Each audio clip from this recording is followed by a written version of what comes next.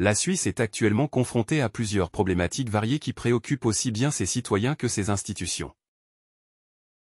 Des incertitudes liées aux voyages internationaux aux menaces technologiques émergentes, en passant par les défis environnementaux et éducatifs, chaque secteur semble avoir son propre lot de défis à relever.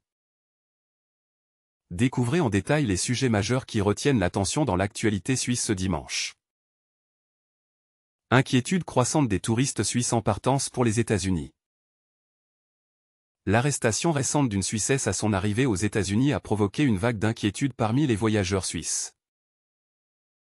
Depuis mars, la ligne d'assistance du département fédéral des affaires étrangères, DFAE, a reçu plus de 170 demandes liées à l'entrée aux États-Unis, soit 3 fois plus qu'à la même période en 2024.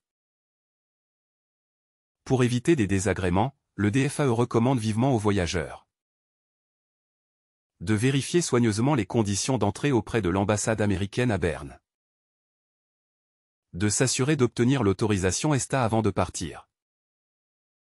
Actuellement, 2 ressortissantes suisses ont été officiellement refoulées à la frontière américaine. Drones espions, une nouvelle menace en Suisse.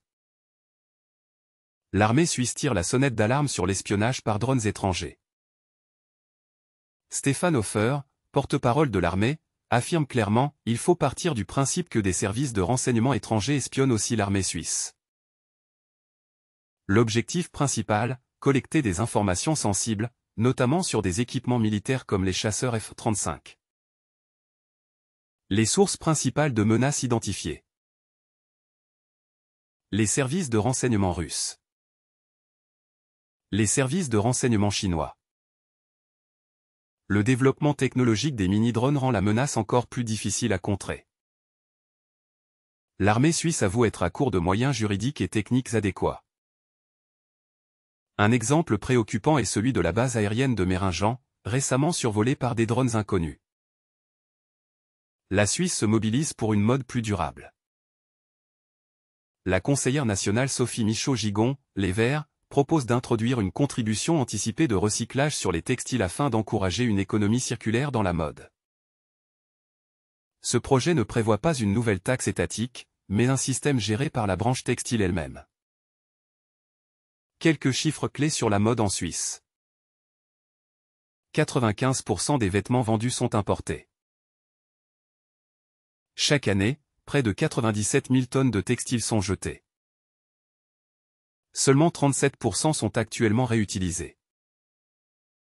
La branche textile, soutenue par Swiss Textile, appuie cette initiative visant à renforcer l'économie circulaire inscrite dans la loi suisse sur la protection de l'environnement, LPE.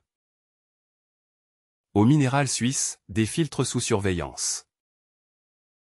En Suisse, 3/4 des producteurs d'eau minérale utiliseraient des filtres non conformes à la réglementation selon l'Office fédéral de la sécurité alimentaire, OSAV. Pour éviter la contamination, les microfiltres autorisés doivent avoir des pores d'au moins 0,8 micromètres. Pourtant, plusieurs producteurs utilisent des filtres plus fins, risquant d'altérer la microbiologie de l'eau.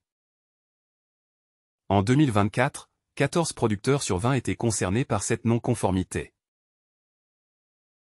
L'Association suisse des producteurs d'eau minérale dénonce néanmoins une discrimination, rappelant que d'autres pays européens comme la Belgique ou l'Espagne autorisent des filtres plus fins, sous conditions.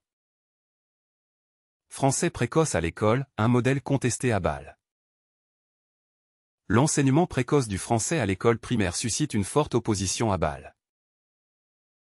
Une récente enquête menée auprès de 891 parents et enseignants montre que 2/3 des interrogés s'opposent à l'apprentissage simultané de 2 langues étrangères, jugé inefficace et démotivant pour les élèves. Les principaux arguments avancés par les enseignants. Forte baisse de motivation chez les élèves. Résultats faibles en français. Effondrement du niveau global ces 5 dernières années, décrit comme « dramatiquement préoccupant ». Par Philippe Loretz, président des enseignants de Bâle-Campagne. La majorité plaide pour un apprentissage exclusif de l'anglais dès la 5e année. Exportation d'armes suisses, tension avec les pays baltes. L'ambassadeur lituanien Darius Semaska a critiqué l'exclusion des pays baltes de l'assouplissement des restrictions sur les exportations d'armes suisses. Selon lui, étant voisin direct de la Russie, ces pays doivent être inclus comme les autres membres de l'OTAN dans les nouvelles conditions d'exportation. Le Conseil des États a pourtant récemment levé certaines restrictions pour 25 pays, majoritairement des membres de l'OTAN, ainsi que l'Australie et le Japon. L'Estonie, la Lettonie et la Lituanie, pourtant membres depuis 2004, restent exclus pour le moment, une situation qui pourrait évoluer sous décision du Conseil fédéral. Investissement douteux en Norvège, affaire Norge Mining. Michael Wurmser, entrepreneur suisse fondateur de Norge Mining, a attiré des investisseurs suisses vers un projet minier en Norvège avec des pratiques controversées. Vente d'actions via sa société Incentive AG. Réinjection d'une partie des fonds collectés dans le groupe sous forme de prêt. Près de 25,5 millions de livres sterling ont été conservés par Wurmser, bien qu'il affirme les avoir réinvestis intégralement dans le projet. Des conseillers auraient trompé les investisseurs sur l'obtention possible de subventions européennes et garanties étatiques, même si aucun remboursement n'a été exigé à ce jour.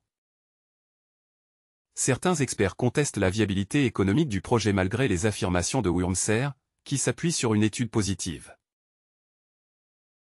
Parmi les investisseurs figurent, selon la presse, des personnalités économiques suisses renommées.